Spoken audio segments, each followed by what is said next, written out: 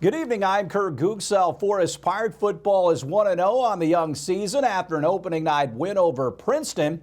Ranger coach Ross Foose was happy with the victory, but knows they have a lot of work to do heading into their Week 2 matchup against Perry Central. Kind of like that coaching cliche type deal. You want to be 1-0 every week, and you know that's where we sit right now. So we're happy about that. But gosh, it was a tough game. You know, we played through a lot of adversity, played through a lot of cramping, and just happy to be 1-0. I know our guys were a little bit disappointed with how we played. Coaching staff, probably parents, the community, everybody was a little bit disappointed, which like we talked about, that's good in my opinion that the expectations are a little bit higher. You know, in years past we probably would have been ecstatic about a 13-12 win, but we were all disappointed and know we all have to do better. So I'm glad to see the expectations are rising a little bit. But you know, overall in the game, I thought we had some great individual performances, especially at the end, and a big goal line stand to kind of get us over the top. We had some young guys step in and make some big plays when they probably didn't even think they would be playing with all the cramping and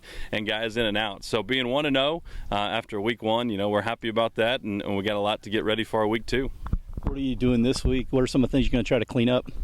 Yeah, you know, I think a lot of different things, honestly. Blocking-wise, we just have to talk better on who we're blocking. We got to stay on blocks better. I think from a line standpoint, backs just doing a little bit better job with the fakes. Then defensively, just playing more downhill and tackling. I thought our tackling was pretty poor, honestly. You know, a lot of missed tackles, a lot of just diving, things like that. But you know, you get a lot of that week 1 after, you know, your first real game of the season, and all those things, like a lot of coaches talk about, are fixable, and we'll work hard on fixing them. And probably the biggest thing this week is just really probably getting a little bit more in shape, just running a little bit more in practice so we don't have guys on the sideline. What have you seen out of Perry Central? You know, Perry, you kind of look at their score from last week and think, man, that was a blowout, which if you look at the score, it was. But in the game, they had 5 turnovers, and it was one of those deals where they would drive it down the field and Tell City got a pick 6 for a touchdown. They would drive it down the field and have a fumble. Tell City jumped on it. And so overall, you know, they've got 3 running backs that they kind of use by committee. Number 3, Cameron Aitchen, is probably their best player, the guy they try to move around and get the ball to. But the Gilliam kid, 24, and their fullback, 33, Mitchell, they run the ball well. They run low, they run hard. Quarterback James is getting a little more comfortable back there.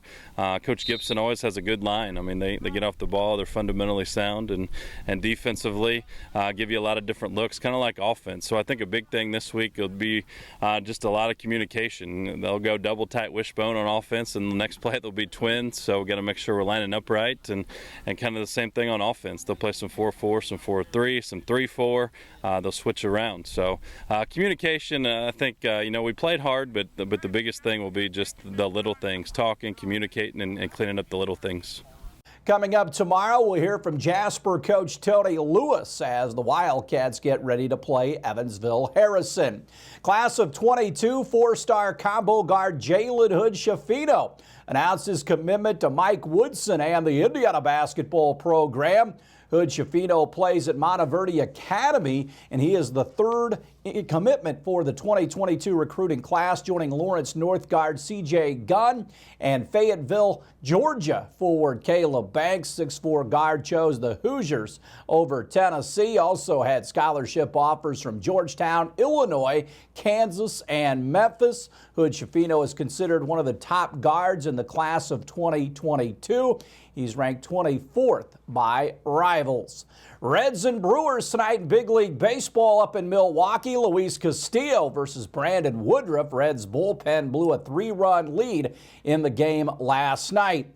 Good news for the Cardinals and their fans. Catcher Yadier Molina coming back for one final run with the Redbirds. A veteran catcher signing a 1-year extension with St. Louis that will keep him with the franchise for the entirety of his MLB career. The deal is worth $10 million. The 39-year-old will add to his record of 2,080 games behind the plate with the Cardinals. Molina only ranks behind Hall of Famers Stan Musial and Lou Brock for the most games played in a Cardinal uniform. He's a 2-time World Series champion and a 10-time MLB All-Star.